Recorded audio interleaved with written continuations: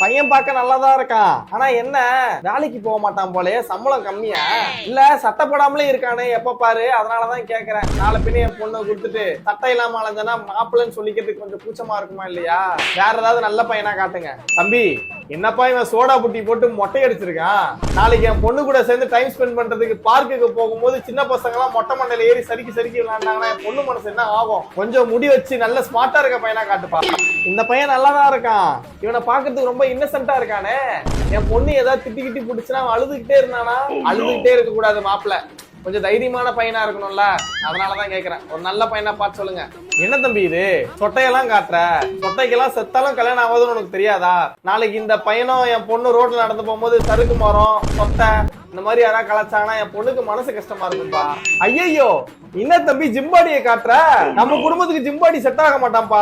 என் பொண்ணு ஒல்லியா இருப்பா. நாளை பின்ன கோவத்துல தூக்கி ஒரு சொருகிட்டான்னு வச்சுக்கோ, அதெல்லாம் வேலைக்கு ஆகாது தம்பி. சூப்பரா ஸ்மார்ட்டா ஒரு பையனை காட்டுப்பா.